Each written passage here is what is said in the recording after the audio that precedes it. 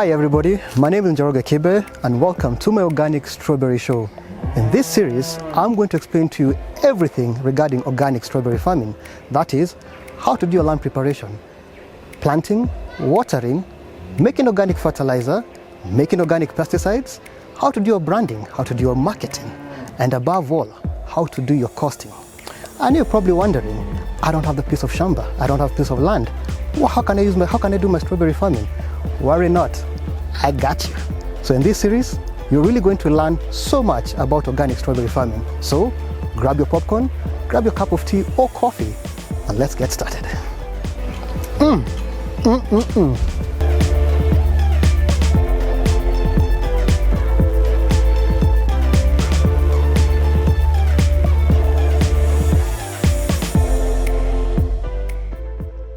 In this first episode, I'm going to talk about the prerequisites about doing your own organic strawberry farming.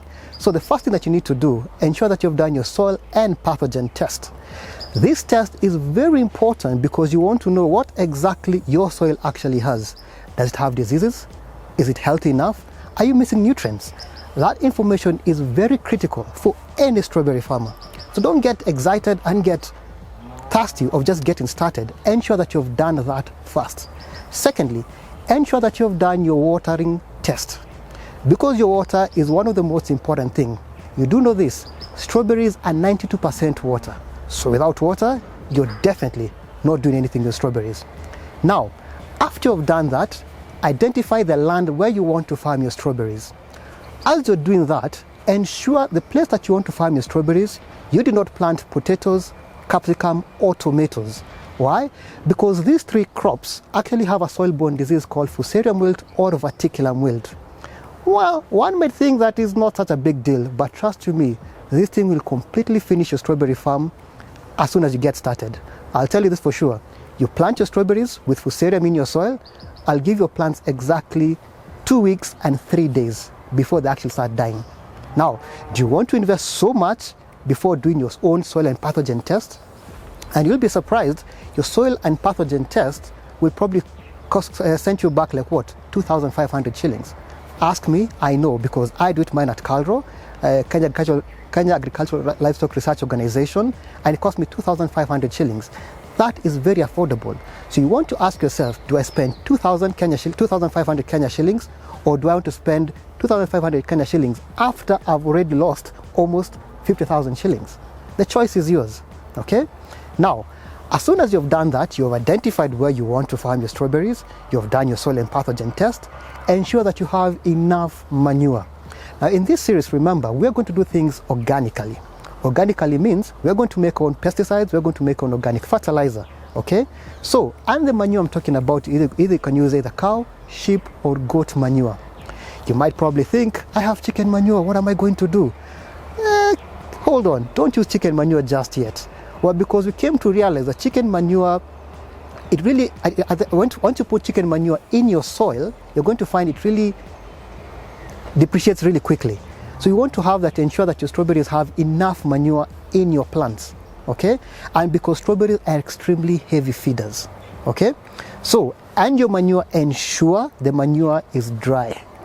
Again, you might ask yourself, oh, I'm in the rainy season, or I'm in a place that is raining. Well, you can still use your manure.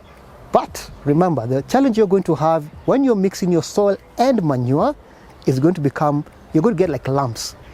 Trust me, you hate having porridge with lumps. It's the same thing you're going to have when you're making your strawberry beds, okay? So you probably might think, I'm a pig farmer. I want to use my pig manure in my strawberry plantation. Well, I have my reservations for it because pig manure is very rich in nematodes. Now, remember, you do not want to start introducing things that are not in your strawberry beds or in your strawberry farm or the place you want to farm. So the option could be, you could actually decide and actually go test your pig manure in the lab. Trust me, it's going to probably cost like around 1,000 Kenya shillings, okay, in the lab. Or alternatively, either use the cow, sheep or goat manure, okay? So for pig manure farmers, I'm sorry, this time around, let's go with the cow, sheep or goat farmers, okay? After you've done that, ensure that you have gone to a farmer who has actually grown strawberries they themselves. Why? Because you want to know exactly how they actually did it. Because you come to realize people always opt to do things shortcut because they find it easier. Let me just get seedlings, or because I saw my neighbor doing them, let me just go ahead and get the seedlings and plant. But the reason you want to go to a farmer who has actually done strawberries, because they'll be able to teach you the do's and don'ts. Now remember all this, you have not yet started, even bought your seedlings. You're not even done your land preparation, okay? Failure to do this, trust you me, you're going to have such a huge challenge, because I have seen my own farmers who did strawberries before they came for the training, what they have gone through, and after the training, their before and after, it's like day and night. So I advise you this, every farmer, take your time, do not be in a hurry. Again, you probably think, as every person always says, I have a small piece of shamba. Now one thing you need to realize, nobody has a small piece of shamba. The key word is limited. Now, if you have a limited portion of land, you can still do your strawberries. Because remember, you can do strawberries in different ways. You can do them on raised beds. You can do them on vertical gardening, using the multi-story, that's one of them. You can do them using hydroponics. You can do them using aquaponics. You can decide to use vertical pipes if you want, or you can decide to have them hanging. At the end of the day, you need to decide which way you want to go. But for here, what I'm really going to talk about is, even still in this series, you're going to realize I'm going to cut down on costs, because my motto is minimum input equals to maximum output.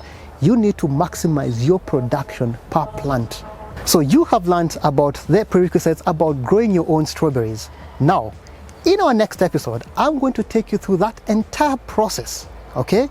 And before we end, you better like, share, and subscribe to this channel, because trust you me, the information you're going to get from here is going to change your entire life. See you in our next episode.